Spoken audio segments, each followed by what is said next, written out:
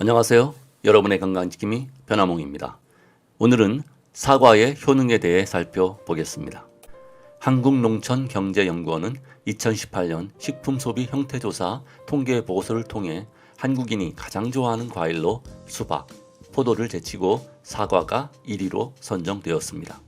사과는 단맛과 신맛이 적절하게 조화된 새콤달콤하고 단단하지 않으면서 아삭한 식감을 가지고 있어 남녀노소 누구나 즐겨 먹을 수 있어 인기가 있습니다.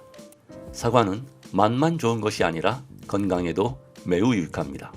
그래서 매일 사과 한 개를 먹으면 의사가 필요 없다는 연구 속담이 있습니다. 동의보감에 따르면 사과는 맛이 달고 시며 따뜻한 성질을 지녀 토사광난으로 인한 복통을 치료하고 진액을 생기게 해 폐를 윤택하게 하며 소화를 촉진해 기운을 나게 한다고 했습니다. 첫째, 다이어트에 좋습니다.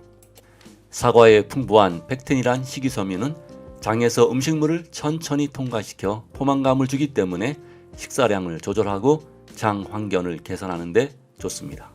체중 감량에 성공하려면 먼저 장이 건강해야 합니다. 운동을 해도 살이 빠지지 않고 남들과 같은 양을 먹어도 살이 찐다는 사람은 장내 비만을 유발하는 세균이 존재합니다. 미국 네이처지에 따르면 에너지 대사 능력과 관련된 비만 세균이 비만 환자들의 장의 90% 이상을 차지한다고 했습니다. 비만 세균이란 단백질이나 지방의 흡수를 돕고 체내 독소를 발생시켜 살찌는 체질로 변화시키는 아주 못된 놈입니다. 그러므로 다이어트를 성공하려면 비만 세균부터 처리해야 합니다.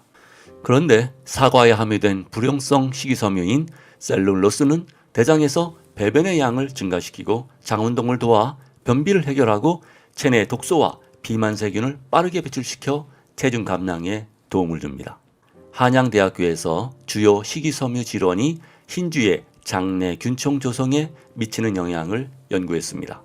사과, 무, 배추, 쌀겨 등을 쥐에게 4주간 공급한 결과 사과의 경우 장내 환경 개선 변화가 가장 컸습니다.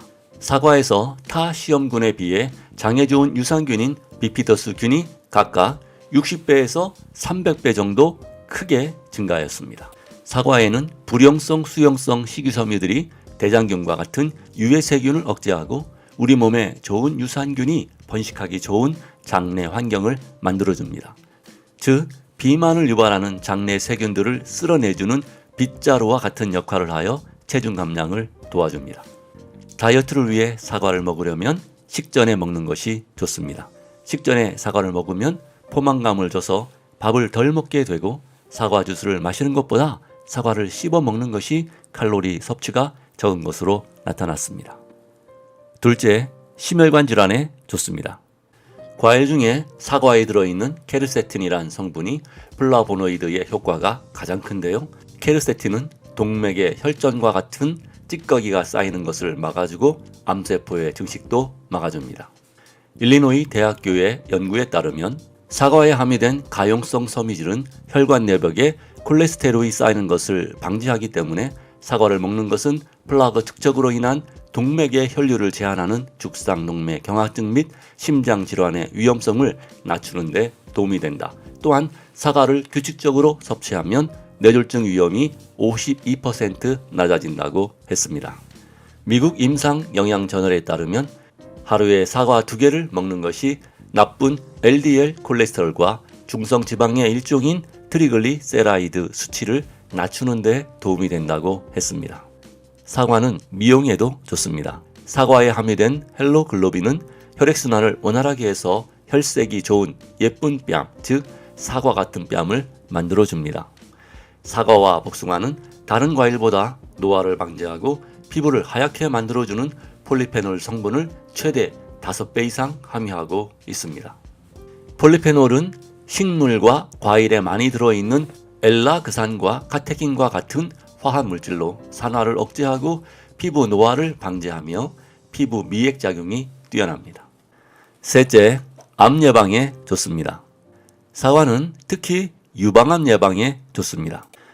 미국 코넬 대학교의 연구에 따르면 유방암을 일으키는 발암물질을 주입한 실험용 쥐를 2그룹으로 나누어 24시간 동안 한 그룹에는 사과 추출물을 먹이고 다른 그룹에는 먹이지 않았습니다. 그 결과 사과 추출물을 먹지 않은 쥐는 81%에서 치명적 유방암인 선암이 발생했지만 사과 추출물을 먹은 쥐에서는 선암 발생 빈도가 현저하게 낮은 것으로 나타났습니다. 연구팀은 사과를 포함한 과일과 채소에 들어있는 페놀 화합물이나 플라보노이드가 항산화, 종양 증식 억제 작용을 하는 것을 알 수 있었다고 말했습니다. 사과 속의 섬유질은 암을 예방하는 역할을 하기도 합니다. 2016년 3월 소아과학 저널에 발표된 연구에 따르면 청소년기와 젊은 성인기에 섬유질이 많은 과일과 채소를 더 많이 섭취한 여성은 중장년 이후 유방암 걸릴 위험이 낮다고 발표했습니다. 사과는 위암이나 대장암, 식도암과 같은 소화기계 암의 발생을 예방할 수 있습니다. 곡물이나 육류는 소화율이 낮아서 소화기에 부담을 주지만 과일은 그 자체에 소화효소를 품고 있기 때문에 소화가 잘 됩니다. 또한 채소보다 당이 풍부해서 세포의 주 에너지원으로 활용되기 때문에 소화기에 부담을 덜어서 면역력을 높이는 데 도움을 줍니다. 세계보건기구는 하루 500g의 과일을 섭취하면 각종 소화기계암 발생률을 25%까지 감소시킬 수 있다고 했습니다. 사과는 치매에도 좋은 것으로 나타났습니다. 미국 임상영양저널 연구에 따르면 식단에 사과, 산딸기류, 차 등 플라보노이드 함유 식품을 적게 섭취한 50대 이상 성인은 플라보노이드가 풍부한 음식을 더 많이 먹은 이들에 비해 향후 20년 동안 알츠하이머 병과 관련된 치매에 걸릴 확률이 무려 2배에서 4배 높았다고 합니다.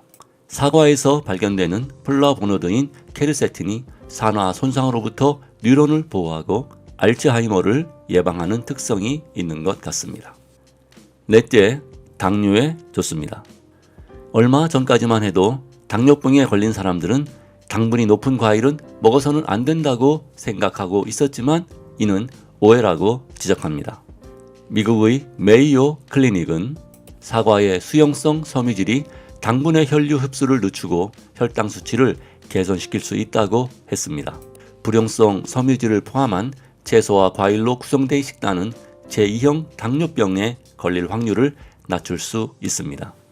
제2형 당뇨병을 가진 사람들을 대상으로 한 연구에 따르면 규칙적으로 수용성 섬유질을 섭취하는 것이 인슐린 저항성을 감소시키고 혈당과 중성지방 수치를 개선하는 데 도움이 됐다고 발표했습니다. 다섯째, 아기 천식 예방에 좋습니다. 임산부가 임신 중에 사과를 많이 먹으면 뱃속 아이가 출산 후 천식에 덜 걸린다고 합니다. 영국 에버딘 대학교 연구팀에 따르면 5세 이상의 자녀를 둔 여성 2,000명의 식습관과 자녀들의 건강 상태를 조사한 결과 매주 4개에서 5개의 사과를 먹은 여성의 자녀가 매주 1개 이하로 사과를 먹은 여성의 자녀보다 천식 유병률이 50% 정도 낮았다고 합니다. 연구팀은 사과는 성인들의 폐 건강에도 좋은 것으로 알려져 있다며 아마도 인체에 나쁜 영향을 미치는 유해산소를 없애는 사과의 항산화 성질이 질병 예방 효과를 내는 것 같다고 말했습니다. 사과를 드실 때는 사과 껍질째 먹는 것이 좋습니다. 껍질에는 폴리페놀과 식이섬유가 과육에 비해 훨씬 많이 함유되어 있기 때문입니다.